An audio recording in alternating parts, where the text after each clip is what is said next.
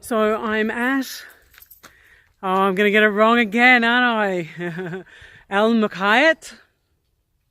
And Al Mahiak was a private building, a private house, and they found one of the biggest intact mosaics in the house.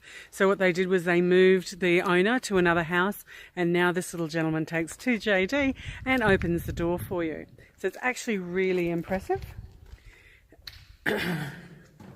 So we'll cruise in here. And you actually see the mosaics, got the animals, got a donkey.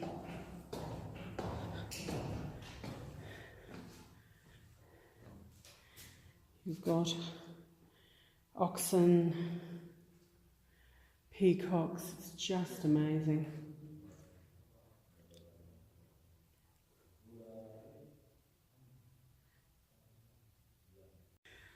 So what I'm actually going to have to do eventually is stop saying the word amazing and wonderful and the best and the biggest.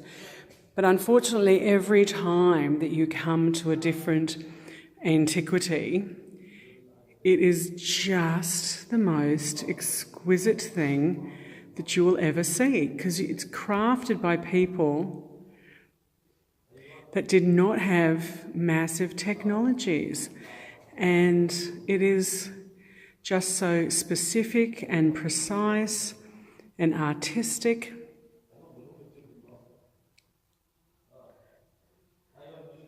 So what I'll do is I'll go and get it from a different angle, just to give you some perspective.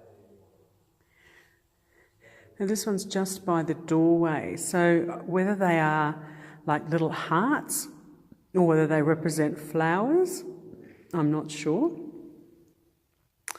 But there's just some perfect symmetry and the lines are just so straight. Over here on this central area, it's got a curve on it as well. That always makes me suspect some religious significance. But this guy over here almost looks like a bit of a llama. Where this guy over here definitely kind of looks like a sheep. And this section just above it, where it's got these four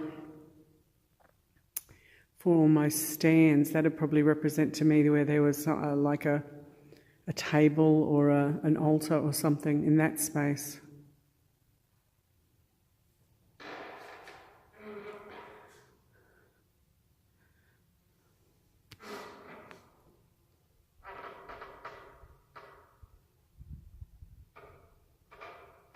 Little guy there rowing his boat, he looks pretty impressive.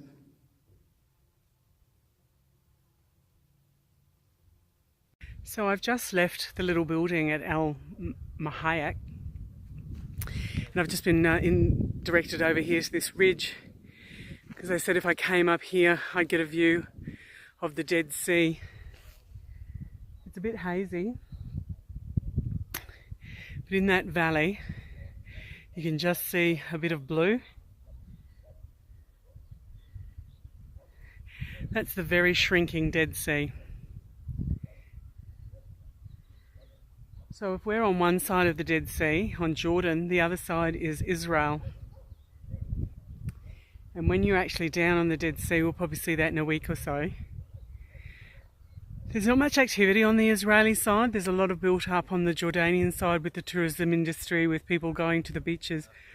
But on the Israeli side, there's really not much activity on the Dead Sea.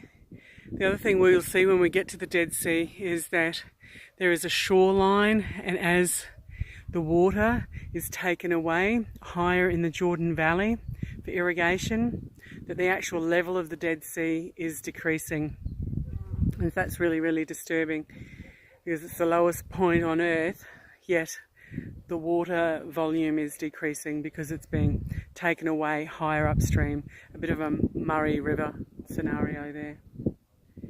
So I thank my friend Ali for suggesting this to me, to come to this mosaic, because it was not on any of the tourist guides, and that was one of the reasons taking a professional local driver who knows more and is quite willing to take you wherever you want to go.